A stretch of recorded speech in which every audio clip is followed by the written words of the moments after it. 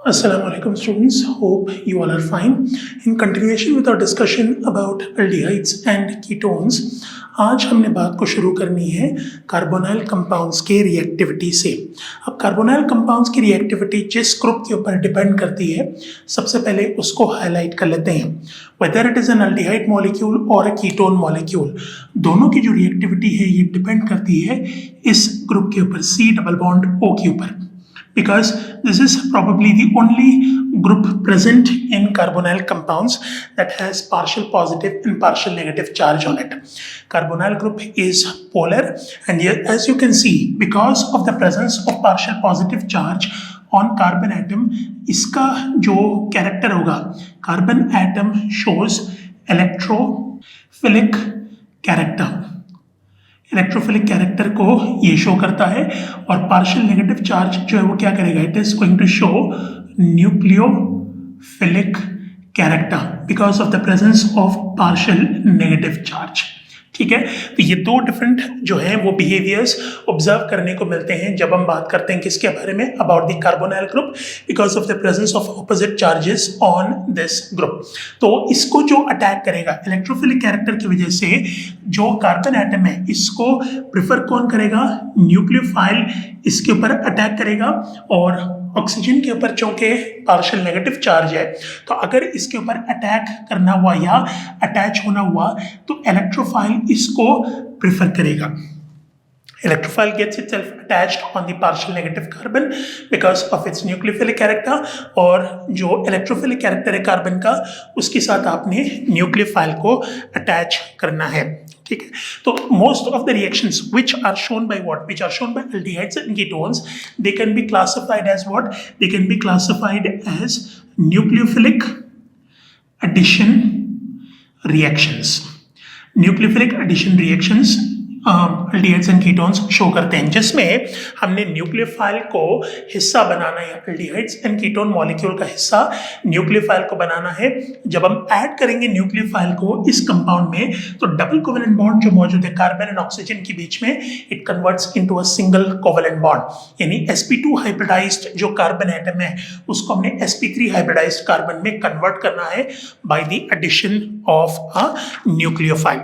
ठीक है, अब ये जो एडिशन है न्यूक्लियोफाइल की इन एन अल्डिहाइड और a ketone, it happens in the presence of a catalyst. Catalyst की प्रेजेंस में आपने रिएक्शन करवाना है, and based on the type of catalyst that we employ, ये जो न्यूक्लियोफिलिक एडिशन रिएक्शंस हैं इनको हम डिवाइड कर सकते हैं दो हिस्सों में।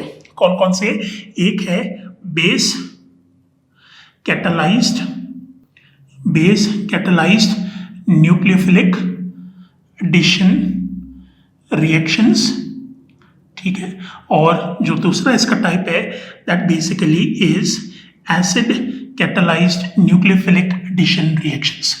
एक रिएक्शन को बेस कैटलाइज करता है और दूसरे रिएक्शन को एसिड कैटलाइज करता है। बेस एंड एसिड को इनकी न्यूक्लियोफिलिक एडिशन रिएक्शंस में कैटलिस्ट के तौर पर हम इस्तेमाल कर सकते हैं, और इनके जो मैकेनिज्म्स होंगे, जनरल मैकेनिज्म्स, वो मैं आपको बना के दिखा देता हूँ ताकि आप इन दोनों के बीच में आसानी से डिफ्रेंशिएट कर सको।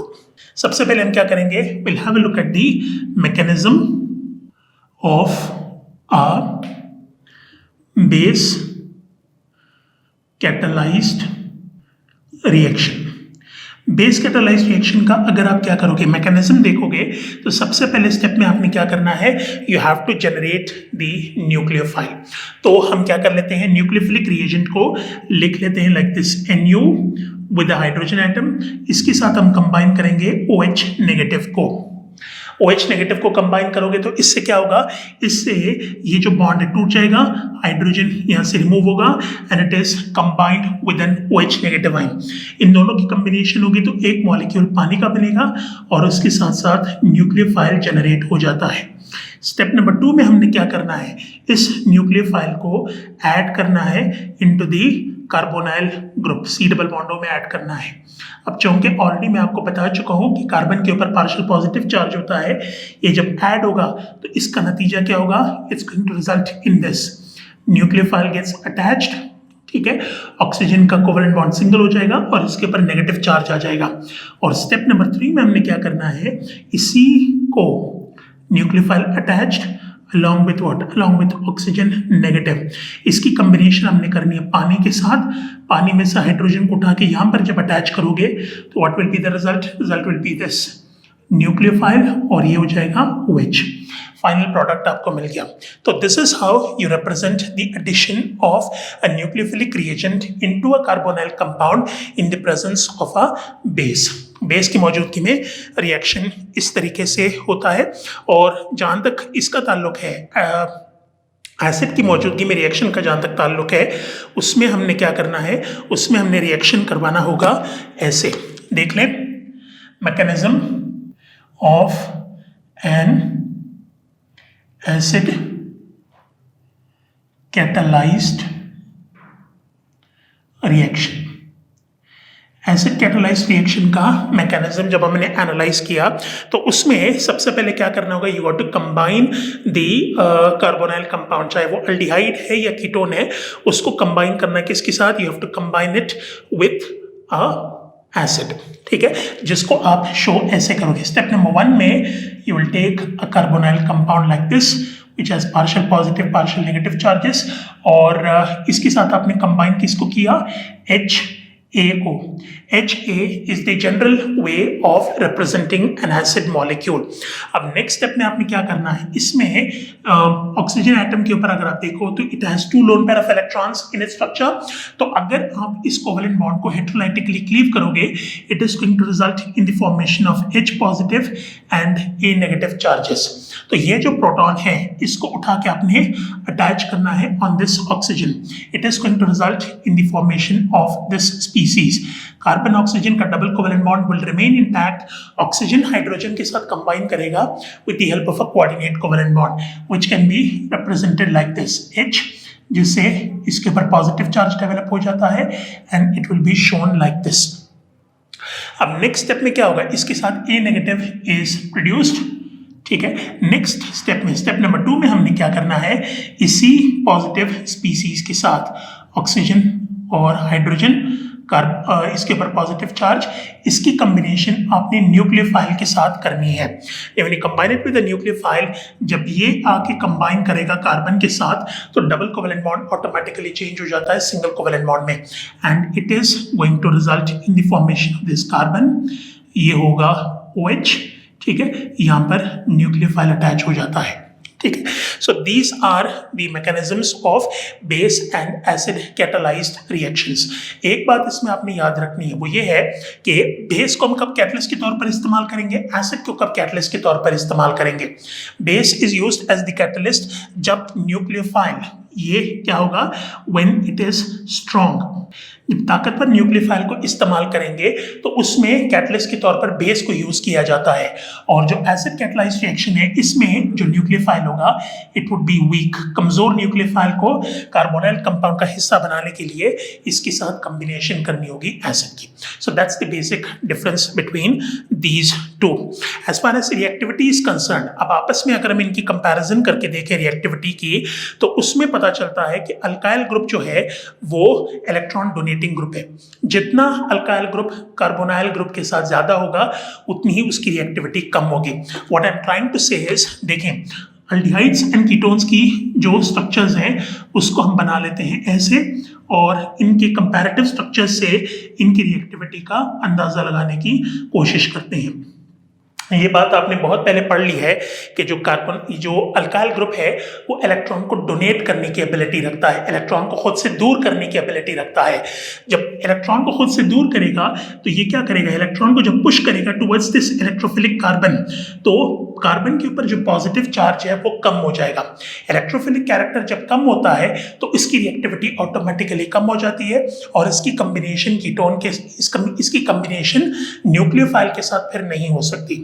ठीक है, तो इस हिसाब से देखा जाए तो अल्काइल ग्रुप्स कीटोन में 2 होते हैं, 2 अल्काइल ग्रुप्स मौजूद. इन दोनों की जो है वो इलेक्ट्रॉन पुशिंग एबिलिटी से पार्शियल पॉजिटिव चार्ज जो कीटोन में मौजूद होगा वो कम होगा, जिसकी वजह से ऑटोमेटिकली इसकी रिएक्टिविटी क्या हो जाती है, इट डिक्रीजेस. ठीक है, तो ये पहला इंपॉर्टेंट पॉइंट है. पहला पॉइंट क्या है, जो अल्काइल ग्रुप्स होंगे, alkyl groups decrease the what, decrease the electrophilic character of carbon. Carbon के इलेक्ट्रोफिलिक कैरेक्टर को जब ये कम करता है तो ऑटोमेटिकली उसकी रिएक्टिविटी हो जाती है कम। रिएक्टिविटी जब कम हो जाती है तो उससे क्या होगा, उससे उसका रिएक्शन कम होता है। ठीक है, रिएक्टिविटी उसकी कम हो जाती है। दूसरा इंपॉर्टेंट पॉइंट आपने याद रखना है कि जितना अल्काइल ग्रुप को आप ज्यादा करोगे उनकी स्टेरिक इफेक्ट ज्यादा हो जाती है। स्टेरिक हिंड्रेंस का मतलब बल्कि ग्रुप्स एक दूसरे को रिपेल करेंगे और रिपल्शन की वजह से ऑटोमेटिकली क्या हो जाता है, it becomes what, more crowded. ठीक है, इसकी कंपैरिजन इस तरीके से समझने की कोशिश करें कि CH3 C double bond O और H, न्यूक्लियोफाइल को अगर आपने अटैक करवाना है तो इस तरफ से आसानी से अटैक कर सकता है बिकॉज हाइड्रोजन इतनी ज्यादा जगह नहीं घेरता। ठीक है, अल्काइल ग्रुप्स अल्डिहाइड में कम होते हैं, कम होने की वजह से न्यूक्लियोफाइल को आसानी से जगह मिल जाती है कार्बन के ऊपर हमला करने की। लेकिन इसकी कंपैरिजन अगर हम करें कीटोन के साथ तो कीटोन में दोनों तरफ चूंकि मिथाइल ग्रुप्स मौजूद हैं तो इस पर इन दिस केस न्यूक्लियोफाइल को हमला करवाना कार्बन के ऊपर थोड़ा सा डिफिकल्ट हो जाता है। ब्लॉकेजेस क्रिएट करते हैं दोनों तरफ से, जो इलेक्ट्रोफिलिक कार्बन है उसको घेर लेते हैं। घेरने की वजह से न्यूक्लियोफाइल को जगह नहीं मिलती कि वो आसानी से आके इसके ऊपर हमला कर सके, तो इससे ऑटोमेटिकली इसकी रिएक्टिविटी कम हो जाती है। तो ये दो मेजर फैक्टर्स हैं जो कीटोन की रिएक्टिविटी को कम कर देते हैं, अल्डिहाइड की ज्यादा कर देते हैं। एक बार फिर जल्दी से बता देता हूं आपको, जो अल्काइल ग्रुप्स हैं चूंकि खुद को जो है वो क्या करते हैं, इलेक्ट्रॉन डोनेटिंग ग्रुप्स के तौर पर साबित करना चाह रहे हैं, तो इलेक्ट्रॉन्स को खुद से दूर करेंगे और इलेक्ट्रोफिलिक कार्बन के करीब करेंगे। तो पॉजिटिव चार्ज इसका जब कम होगा तो उससे क्या होगा, उससे न्यूक्लियोफाइल इसके ऊपर हमला नहीं करेगा। एंड लास्ट ऑफ ऑल, जितना क्राउडेड आप करोगे इलेक्ट्रोफिलिक कार्बन को साइडों से, उससे न्यूक्लियोफाइल का अटैक मुश्किल हो जाता है, जिससे रिएक्शन आगे नहीं बढ़ेगा। तो इन दोनों पॉइंट्स को सामने रखते हुए आप ये कह सकते हो कि जो अल्डिहाइड्स की रिएक्टिविटी है वो कीटोन के मुकाबले में थोड़ी ज्यादा होती है। ठीक है, तो अब हमने क्या करना है, इनके रिएक्शंस की तरफ जाना है और सबसे पहले हम देखेंगे क्लेमेंसन रिडक्शन को। Reaction number 1 is Clemmensen reduction. Clemmensen reduction में आपने क्या करना है, क्लेमेंसन रिडक्शन में आपने लेना है अल्डिहाइड को या कीटोन को, इसकी कॉम्बिनेशन करनी होगी किसके साथ, you have to combine it with atomic hydrogen. Atomic hydrogen को हम जनरेट कैसे करेंगे, एटॉमिक हाइड्रोजन को जनरेट करेंगे using a what, using a reagent. कौन सा रिएजेंट, जिंक और मरकरी का एलॉय। जिंक एंड मरकरी का एलॉय क्या कहलाता है, जिंक अमलगम कहलाता है। इसकी कॉम्बिनेशन जब हम कंसंट्रेटेड HCl के साथ करें तो इससे क्या होगा, इससे एटॉमिक हाइड्रोजन प्रोड्यूस होता है। अब एटॉमिक हाइड्रोजन की मदद से हमने क्या करना है, कार्बन को निकालना है और उसकी जगह हाइड्रोजन को अटैच करना है। तो इसमें टोटल आपको जरूरत कितनी पड़ेगी, you will need a total of 4 atomic hydrogens in this case. 2 हिस्सों में इसको तकसीम कर लो, 2 हाइड्रोजन अलग 2 हाइड्रोजन अलग। पहले 2 हाइड्रोजन की मदद से यहां से आप ऑक्सीजन को निकालोगे, इन दोनों की कॉम्बिनेशन जब होगी तो इससे क्या प्रोड्यूस होगा, इससे एक मॉलिक्यूल पानी का प्रोड्यूस होगा H2O। और दूसरी तरफ इसकी वैलेंसी को पूरा करने के लिए 2 हाइड्रोजन एटम्स को उठा के आपने कार्बन के साथ जब अटैच किया तो इससे ये प्रोड्यूस हुआ CH3 single bond CH3 produce हुआ। So this is how you carry out the process of Clemmensen reduction by using atomic hydrogen, replacement of oxygen है और उसकी जगह हाइड्रोजन को अटैच करके आपने अल्केन मॉलिक्यूल को प्रोड्यूस करना है। दूसरा जो रिडक्शन है that is reduction to alcohols. Alcohols में अगर आपने कन्वर्ट करना है अल्डिहाइड्स को तो that will be happening in the presence of reducing agents. ठीक है, यहां पर लिख लेते हैं इसको, रिडक्शन टू अल्कोहल्स। अल्कोहल्स में अगर आपने रिडक्शन करना है तो in this case will be using reducing agents और रिड्यूसिंग एजेंट के तौर पर इस्तेमाल करेंगे हम NaBH4 को, sodium borohydride. It is also going to act as a source of atomic hydrogen. यहां पर हम क्या नहीं करेंगे, जैसे पिछले रिएक्शन में हमने हाइड्रोजन को रिप्लेस किया था, ऑक्सीजन को रिप्लेस किया था with hydrogen, in this case we will be adding hydrogen into it. कुछ निकालना नहीं है मॉलिक्यूल में से, उसमें हमने हाइड्रोजन की एडिशन करनी है। मिसाल के तौर पर जैसे you got a molecule of acid aldehyde CH3 double bond O और H है। अब इसको अगर आपने अल्कोहल में चेंज करना है तो एटॉमिक हाइड्रोजन को आपने ऐड करना होगा जिसका सोर्स है NaBH4। तो टोटल आपको हाइड्रोजन की रिक्वायरमेंट होगी 2। एक हाइड्रोजन को उठा के आपने ऑक्सीजन पर लगाना है, दूसरे हाइड्रोजन को कार्बन पर लगाना है। When you attach this you are going to get CH3, ये हो जाएगा CH2 और इसके साथ OH मिल जाएगा। तो ये डिफरेंस है between the first reaction and the second reaction.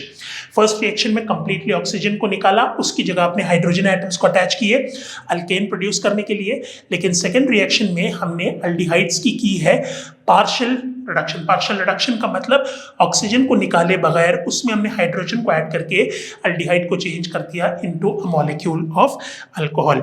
ठीक है, लेकिन इसका रिएक्शन होगा अगर आपने रिड्यूसिंग एजेंट की प्रेजेंस में रिएक्शन करवाना है तो you have to carry it out in the presence of either H2O की प्रेजेंस में या फिर C2H5OH की प्रेजेंस में आपने रिएक्शन करवाना होगा।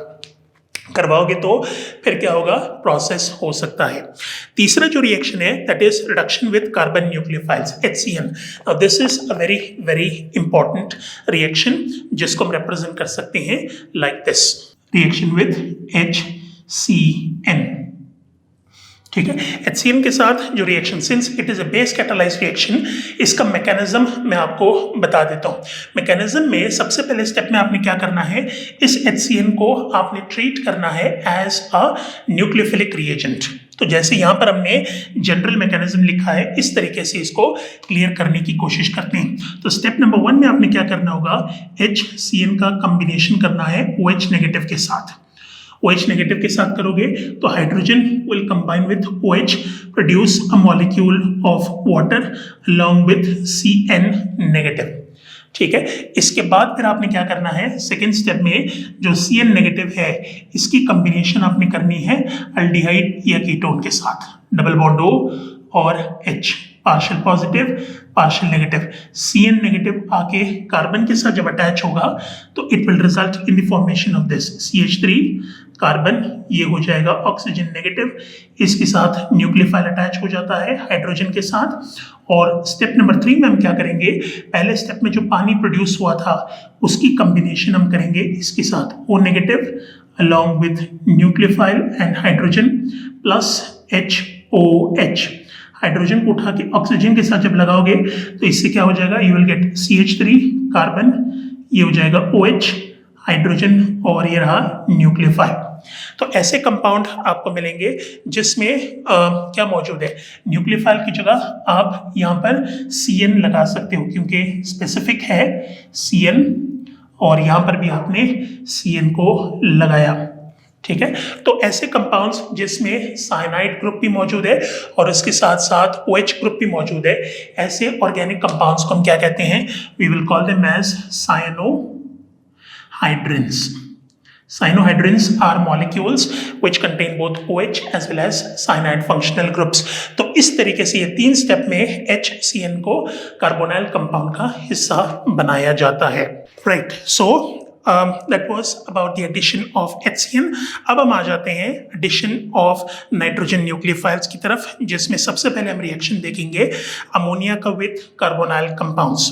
ठीक है, अमोनिया की combination, when you combine ammonia with a carbonyl compound, इससे जो आपको रिजल्ट मिलेगा वो है एक इमीन का molecule. An imine is produced by the combination of ammonia with a carbonyl compound, और imine की सबसे बड़ी निशानी क्या होती है, it is the double covalent bond that is present between carbon and nitrogen. ये functional group है, कार्बन नाइट्रोजन के बीच में डबल कोवेलेंट बॉन्ड हो तो ऐसे मॉलिक्यूल को इमीन कहा जाता है। अब ये होगा कैसे, इसके लिए let's have a look at the mechanism which completes in 3 steps. सबसे पहले स्टेप में you take a carbonyl compound, aldehyde को ले लिया और इसकी कॉम्बिनेशन की आपने अमोनिया के साथ NH3 with a lone pair of electron, this is partial positive partial negative. तो पहले स्टेप में आपने क्या किया, इसको उठा के अटैच किया with the electrophilic carbon. Attach करोगे तो कार्बन और ऑक्सीजन के बीच में बॉन्ड डबल से सिंगल हो जाता है और अमोनिया गेट्स अटैच्ड, जिसको आप शो करोगे ऐसे C और H, यहाँ पर NH3 अटैच हो जाता है पॉजिटिव चार्ज के साथ और ऑक्सीजन नेगेटिव चार्ज के साथ हो जाता है। This is what happens in step number 1, जब आपने अमोनिया को अल्डिहाइड या कीटोन का हिस्सा बनाया। नेक्स्ट स्टेप में क्या करोगे? नेक्स्ट स्टेप में आपने यहां से हाइड्रोजन को निकालना है और इसको शिफ्ट करना है यहां पर। Now when you do this, आपको ये मिलेगा CH3 carbon hydrogen oxygen negative NH3 positive. तो हाइड्रोजन को जब हम यहाँ पे शिफ्ट करेंगे तो उसका रिजल्ट होगा ये वाला CH3 carbon, this becomes OH, hydrogen होगा और ये हो जाएगा NH2 with a lone pair of electron. ठीक है, ये हो गया कंप्लीट। अब स्टेप नंबर 3 में हमने क्या करना है? पानी को रिमूव करना है। पानी के रिमूवल के लिए आपने OH को रिमूव करना है ऊपर से और यहां से एक हाइड्रोजन को निकालना है। When you do that you will get this CH, ठीक है, OH हम कर लेते हैं यहां पर NH और हाइड्रोजन को अलग कर लिया। मतलब इस पोजीशन से आपने OH को निकालना है, इस पोजीशन से आपने हाइड्रोजन को निकालना है। Now when you do this you will get CH3 carbon double bond, यहाँ पर हाइड्रोजन मौजूद है इसके साथ H डबल बॉन्ड NH, ये बन जाता है। तो this is what I said कि इमीन होता है। तो इमीन का मॉलिक्यूल जो है वो आप इस तरीके से प्रोड्यूस करोगे। ठीक है, राइट। इसके बाद फिर आपने क्या करना है? You got to have a look at the addition of what? Addition of ammonia derivatives. Ammonia को तो हमने ऐड कर लिया। अमोनिया डेरिवेटिव्स में अल्काइल अमाइन को अगर हम ले लें, अल्काइल अमाइंस या generally you can call it as an amine, amine की कॉम्बिनेशन करेंगे तो उससे भी इमीन ही प्रोड्यूस होगा और मैकेनिज्म तकरीबन ऐसे ही होगा जो हमने ऑलरेडी डिस्क्राइब कर लिया है। तो डायरेक्टली अगर आपने अमाइन का रिएक्शन करवाना है विद एन एल्डिहाइड तो you can show it like this. Amines heading दे देते हैं, तो इससे molecule CH3 double bond O or H, combine it with what? Combine it with R NH2 with a lone pair of electron। तो आपने combination इसकी carbonyl group के साथ करनी है। तो इसका रिजल्ट क्या होगा? Result will be the formation of this CH3 single bond carbon, ठीक है, नीचे हाइड्रोजन डबल बॉन्ड N और इसके साथ ही आपने क्या करना है? इसके साथ R लगा लेना है with a lone pair of electrons. तो किया बेसिकली क्या, हमने 2 हाइड्रोजन एटम्स को यहाँ से रिमूव किया और एक ऑक्सीजन को यहाँ से रिमूव किया। इस ऑक्सीजन को इन 2 हाइड्रोजन एटम्स के साथ कंबाइन करके आपने कन्वर्ट कर देना है पानी के मॉलिक्यूल में और उसके नतीजे में इस तरह का मॉलिक्यूल आपको मिलेगा। हाइड्रोक्सिल अमाइन को आपने कंबाइन करना है तो रिजल्ट तकरीबन वैसे ही होगा जैसे यहां पर लिखा हुआ है। फर्क सिर्फ ये है कि R की जगह आप OH को अटैच करोगे। ठीक है, हेडिंग में दे देता हूं हाइड्रोक्सिल अमाइंस। हाइड्रोक्सिल अमाइन के लिए भी let us start with CH3 double bond O और H, ठीक है, और इसकी कॉम्बिनेशन आपने की किसके साथ? Combine it with NH2 OH, lone pair of electrons. तो रिजल्ट क्या होगा?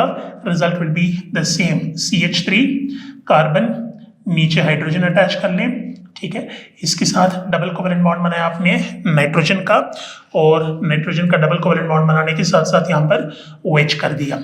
करना वही है, ऑक्सीजन को निकाल के इसकी कॉम्बिनेशन जब 2 हाइड्रोजन एटम्स के साथ करोगे इससे आपको एक मॉलिक्यूल पानी का मिल जाएगा।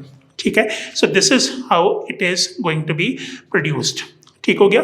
नेक्स्ट स्टेप में आपने क्या करना है? हाइड्रोजीन की कॉम्बिनेशन को शो करना है। Hydrazine is a molecule, hydrazine वो मॉलिक्यूल है जिसमें 2 NH2s को आपने एक दूसरे के साथ अटैच करना है with the help of a single covalent bond. 2 amino groups को जब हम एक दूसरे के साथ अटैच करेंगे सिंगल कोवेलेंट बॉन्ड के जरिए तो उससे जो मॉलिक्यूल बनता है दैट इज हाइड्रोजीन। इसकी भी कॉम्बिनेशन जब हम अल्डिहाइड के साथ करेंगे double bond O and H, it's going to result in the same thing CH3, ठीक है, carbon hydrogen double bond nitrogen single covalent bond, यहाँ पर NH2 हो जाएगा। तो this is how it is produced. ठीक है, प्रोड्यूस हो जाता है। और यहाँ पर भी आपने क्या किया? आपने एक ऑक्सीजन को 2 हाइड्रोजन एटम्स के साथ कंबाइन करके पानी का मॉलिक्यूल प्रोड्यूस कर लिया। तो तीनों में यू कैन ऑब्जर्व के जो रिएक्शन ट्रेंड है it is pretty much the same. Hydrogen को अपने रिमूव करना है अमाइनो ग्रुप में से और ऑक्सीजन को रिमूव करना है फ्रॉम दी कार्बोनाइल कंपाउंड। पानी प्रोड्यूस करना है और उसके नतीजे में वेरियस टाइप्स ऑफ इमीन्स हमने प्रोड्यूस करने हैं।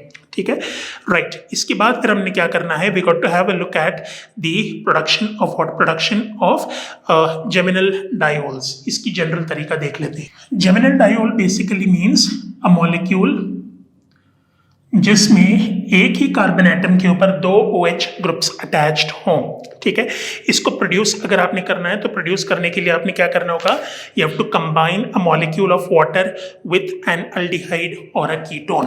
ठीक है, जेमिनल डायोल के लिए आपने H2O का रिएक्शन करवाना है विद एन एल्डिहाइड और कीटोन। इसको आप लिख सकते हो ऐसे, CH3 डबल बॉन्ड O और H combine it with a molecule of water. तो ये अपने आप को स्प्लिट करेगा 2 हिस्सों में, H में और OH में। तो आपने क्या करना है, OH को उठा के आपने कार्बन के साथ लगाना है और हाइड्रोजन को उठा के आपने ऑक्सीजन के साथ लगाना है। Now when you do this you will be getting CH3 CH हो जाएगा, ऊपर भी OH और नीचे भी OH। एक ही कार्बन एटम के साथ जब 2 सेम फंक्शनल ग्रुप्स लगे हों ऐसे कंपाउंड्स को जेमिनल कंपाउंड्स कहा जाता है और इस तरीके से आप जेमिनल डायोल्स को प्रोड्यूस कर सकते हो। ठीक है, जहां तक एडिशन ऑफ अल्कोहल्स का ताल्लुक है, अल्कोहल्स के एडिशन से आप क्या कर सकोगे, आप हेमी असिटाल प्रोड्यूस कर सकोगे और असिटाल को प्रोड्यूस कर सकोगे। दोनों की प्रोडक्शन को देख लेते हैं। If you want to produce a hemi acetal, hemi acetal की प्रोडक्शन के लिए you will take a molecule of aldehyde CH3 double bond O और H और इसका रिएक्शन आपने करना है किसके साथ, with a molecule of alcohol CH3 CH2OH। What will be the result? Result will be the formation of what? Formation of a hemiacetal और उसको प्रोड्यूस करने के लिए आपने इस मॉलिक्यूल को तकसीम करना है 2 हिस्सों में, CH3 CH2 oxygen negative and H positive. H positive को उठा के अटैच करो ऑक्सीजन के ऊपर और इसको उठा के अटैच करो कार्बन के ऊपर। Now when you do that you are going to get this CH3 CH, ये हो जाएगा OH, यहाँ पर ऑक्सीजन, ऑक्सीजन के साथ CH2 और CH3। ये जो मॉलिक्यूल प्रोड्यूस हुआ है इसको जनरली हम हेमी असिटाल कह सकते हैं। और इसको अगर आपने क्या करना है, if you want to convert this into an acetal molecule, acetal की फॉर्मेशन के लिए आपने हेमी असिटाल को एक और अल्कोहल मॉलिक्यूल के साथ कंबाइन करना है, CH3 CH, ये हो जाएगा OH। ठीक है, ऑक्सीजन है, ऑक्सीजन के साथ CH2 एंड CH3, इसकी कॉम्बिनेशन करो with another molecule of CH3 CH2OH। Alcohol molecule के साथ अगर आप इसको कंबाइन करोगे तो उसमें क्या होगा, उसमें एक पानी का मॉलिक्यूल लिबरेट होगा। पानी के मॉलिक्यूल की लिबरेशन के लिए आपने क्या करना है, आपने OH को यहाँ से निकालना है, इसकी कॉम्बिनेशन इसकी हाइड्रोजन के साथ करनी होगी। हाइड्रोजन एंड OH को जब हम कंबाइन करेंगे it produces a molecule of water और इस पूरे के पूरे हिस्से को उठा के कार्बन पर जब अटैच करोगे you will get this CH3 CH। ठीक है, ऑक्सीजन, ऑक्सीजन के साथ CH2, इसके साथ CH3, ये भी ऑक्सीजन है, ऑक्सीजन के साथ CH2 और ये CH3। तो इस मॉलिक्यूल को क्या कहते हैं, इस मॉलिक्यूल को असिटाल कहते हैं। तो आप हेमी असिटाल भी प्रोड्यूस कर सकते हो और असिटाल भी प्रोड्यूस कर सकते हो, डिपेंड करता है कि आपने रिएक्शन किसके साथ करवाना है। ठीक है, अब आप अगर इसका रिएक्शन असिटाल हो या हेमी असिटाल हो, इनकी कॉम्बिनेशन अगर आप पानी के साथ करो in the presence of dry HCl, you should be able to reverse the process. अगर हमारे पास असिटाल का मॉलिक्यूल है, let us take this CH3 CH, ऊपर भी हमने O और C2H5 को अटैच किया, यहाँ पर भी O और C2H5 को अटैच किया। When you combine this with 2 molecules of HOH, पानी के साथ जब हम कंबाइन करते हैं तो इससे अपने आप को क्या कर सकता है, दोबारा कन्वर्ट कर सकता है एल्डिहाइड में। कैसे, let's split it up. 2H और 2OH हमने प्रोड्यूस किए। पहले आप क्या करोगे, इसको निकालोगे, इसकी कॉम्बिनेशन एक OH के साथ करोगे तो you will get C2 C2H5OH, और दूसरा ये जो पूरा का पूरा हिस्सा है इसको अपने एक हाइड्रोजन के साथ कंबाइन करना है, तो इससे आपको C2H5OH मिलेगा। तो दो के बजाय हम यहाँ पर क्या कर सकते हैं, एक ही मॉलिक्यूल ले सकते हैं। एक मॉलिक्यूल लेंगे तो ये OH के साथ, ये हाइड्रोजन के साथ मिलेगा, दो अल्कोहल मिल गए। अब रिमूवल के बाद ऑक्सीजन का जो सिंगल कोवेलेंट बॉन्ड है ऑटोमेटिकली डबल कोवेलेंट बॉन्ड में जब चेंज हो जाएगा तो it produces CH3 double bond O और H। मतलब कहने का ये है कि अगर एसिटाल आपके पास मौजूद है तो एसिटाल को वापस आप अल्कोहल में और अल्डिहाइड में चेंज कर सकते हो by carrying out it's hydrolysis in the presence of what, in the presence of dry HCl। HCl की मौजूदगी में आपने रिएक्शन करवा के इसको रिवर्स कर देना है, ठीक है, right. The last reaction is oxidation of aldehydes and ketones.